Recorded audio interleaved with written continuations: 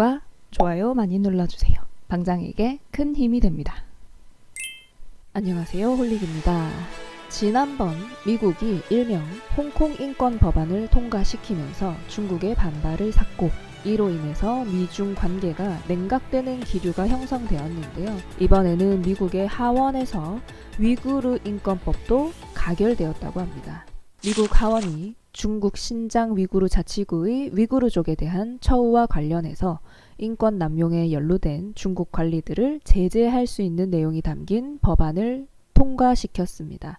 미국 현지 시간으로 12월 3일 미국 하원은 위구르 개입과 국제 인도주의 단일 대응 법안을 상정해 찬성 407표, 반대 1표, 압도적인 표차로 가결했습니다. 이 법안은 앞서서 9월 달에 미 상원이 통과시켰던 별도의 위구르 인권 법안보다 중국 정부에 대한 압박 수위를 높인 것으로 신장 위구르 자치구의 소수민족에 대한 대규모 억류에 개입한 책임이 있는 중국의 관리들을 밝히고 제재하는 내용을 담았습니다. 그리고 개인의 사생활과 이동의 자유, 다른 기본적인 인권을 억압하는 곳에 쓰일 수 있는 미국의 기술을 중국에 수출하는 것을 억제하는 내용 또한 포함하고 있습니다. 지난 2017년 초부터 중국 정부는 약 100만 명에 이르는 위구르족과 소수 무슬림을 대규모 수용소로 보내서 강제 억류하고 정치적 세뇌를 받게 한 것으로 알려졌습니다.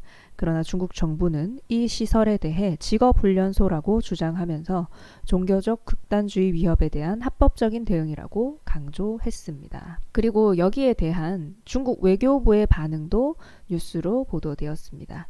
중국 외교부는 미국 하원이 중국 신장 위구르 자치구의 위구르족에 대한 처우와 관련해 인권 남용에 연루된 중국 관리들을 제재할 수 있는 내용이 담긴 법안을 통과시킨 데에 대해 결연히 반대한다고 밝혔습니다. 중국의 현지 시간 12월 4일 중국 외교부의 화춘잉 대변인은 성명을 발표해 강력한 붕괴와 결연한 반대를 표한다고 말했습니다. 중국 외교부는 신장 위구르 자치구 문제는 전적으로 중국 내부적인 사안이라면서 그 어떠한 간섭도 용납하지 않을 것이라고 했고, 이어서 미국이 자국의 실수를 고쳐야 할 것이라면서 법안 통과를 중단시켜야 한다고 강조했습니다. 중국의 관영 매체들은 미 하원이 해당 법안을 통과시키기 전부터 미국에 대한 보복 조치를 경고해 왔습니다. 중국 정부가 미국 기업들을 신뢰할 수 없는 기관으로 지정해서 제재를 부과하는 방안이 거론되고 있고, 앞서서 중국 정부는 미국의 홍콩 인권법 제정에 대응해 12월 2일 미국 군함의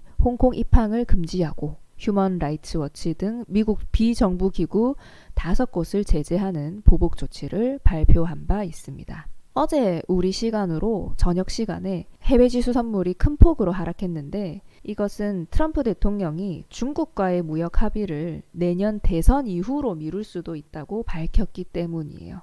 트럼프 대통령은 무역 합의에 대한 최종 기한을 정하지 않았고 중국이 합의를 지금 하기를 원한다고 말했습니다. 트럼프 대통령은 이전에도 무역 합의가 급한 것은 중국 쪽이며 미국은 중국산 제품에 관세를 부과하면서 많은 돈을 벌어들이고 있다고 어필해 왔습니다. 그리고 무역 분쟁이 계속되고 있는데도 불구하고 미국 증시가 잘 올랐기 때문에 무역 분쟁이 장기화되거나 불확실성이 다시 불거지는 것에 대해서 큰 걱정이 되지 않는 것으로 생각됩니다. 이런 불확실한 것들, 무역 분쟁의 장기화, 미중 정치적 관계의 냉각 모두 불안감을 안겨주기 때문에 파생인의 입장으로서는 이런 뉴스들이 반갑지 않습니다. 시장이 어디로 튈지 모르고 흔들기가 더 심해지기 때문이죠.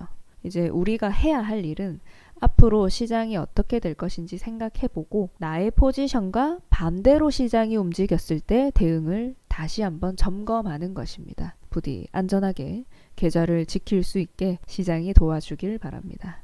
파생 투자자님들께 도움이 되었길 바랍니다. 성공 투자하세요.